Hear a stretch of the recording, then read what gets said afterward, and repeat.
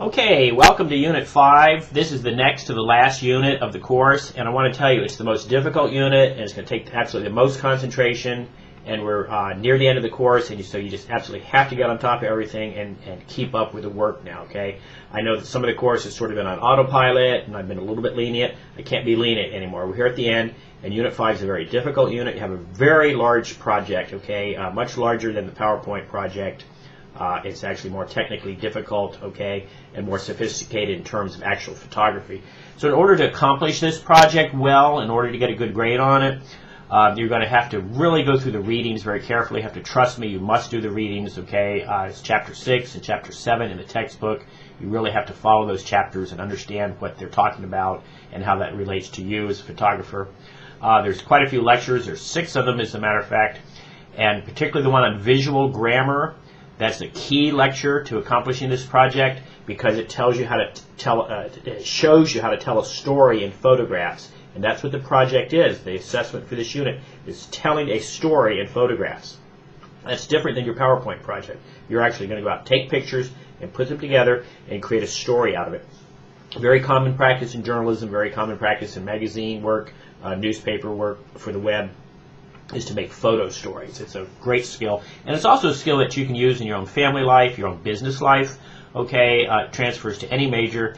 I've had many students do this and use it as family gifts. Okay, I've had one student go on and use it for museum presentation. I've had another student whose presentation is actually on the IU webpage for the health initiative for the campus. So there's actually been a lot of really good feedback for these projects, and they've carried on. It's not just for this class, but this project can carry on into other aspects of your life. Okay, so if you do a good job, it'll benefit you. Plus, of course, you'll get a good grade.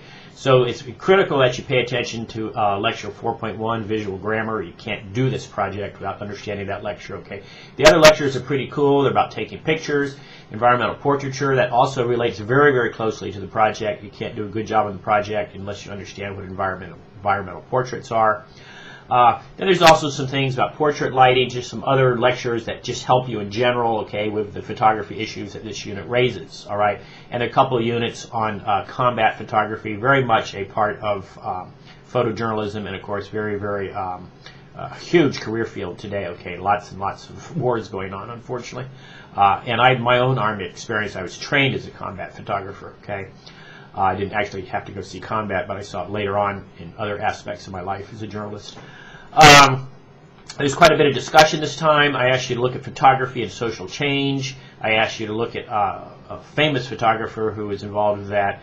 I asked you to look at how you raise some issues when you photograph accidents and fires. I know most of you aren't going to go on and be journalists. I understand that, but there's some very interesting issues there I'd like for you to think about.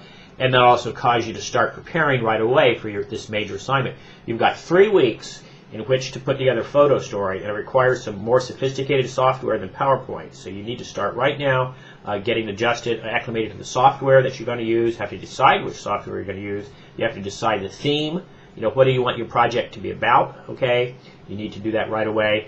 And I give you some guidance, so please get right into the class discussions. Please get right into the lectures. Please start this. Don't think you can put off this unit. You can't do it. You have to load it up front. Absolutely critical, okay? Item 6, I'm looking at the table of contents here for the unit. Item 6, of course, is the criteria for the project. Item 6.2 gives you some examples of photo stories. Item 6.3 gives you a good student example of one, all right? Then I give you some ideas for some software that you can use. If you're PC users, there's a couple of free downloads, plus your PC may also already have some kind of movie maker software on it. I give you some instructions on how to use Photo Story. Photo Story is a PC product, a Windows product that most students use, okay? So you can download it for free, and it's the instructions I provided. It also comes, when you download the software, it comes with tutorials, that kind of thing. But basically, you're putting together a series of still photos. You're going to overlay some text on them. You're going to put some, what I call slides in between them to explain what the photo story is about, and then you may overlay some audio. Very often students just overlay music. I find that too generic, okay? You know, if you want to do a photo story about your family, great.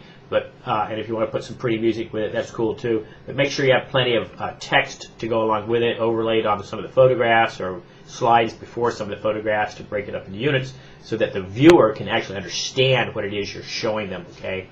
Those are the least effective projects, just pictures of your baby ad infinitum, but I see a lot of those, okay? It's much more interesting when you actually go out and do a topical project within the community.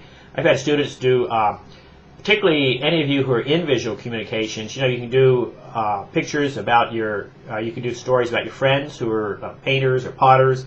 I had one student who went on and did a major presentation for a hospital that was buying this person's work.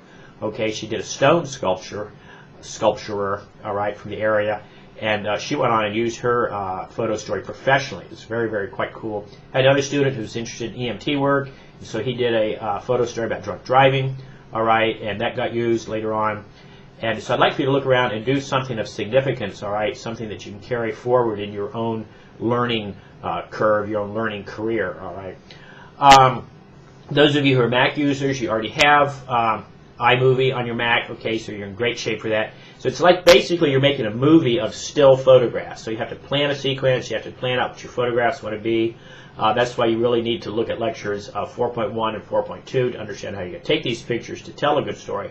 Now, if you have any software issues, don't quite understand how to put all this together, and if you live close to campus, you're entitled to use Studio M. It's in the second floor wall, and they're already acquainted with this project up there. They already know me, they already know the class, and they're willing to help you with iMovie and with Photo Story if you need some help there.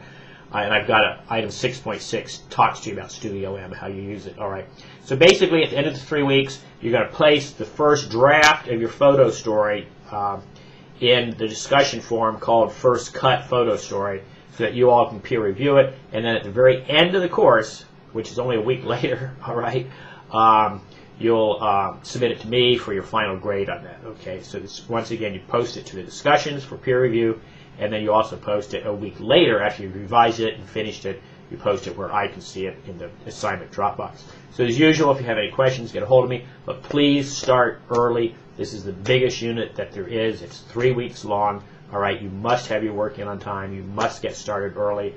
It's a bigger project. Don't be lulled by this course. Okay, don't be lulled by the fact it's kind of been on autopilot. So hey, get her done.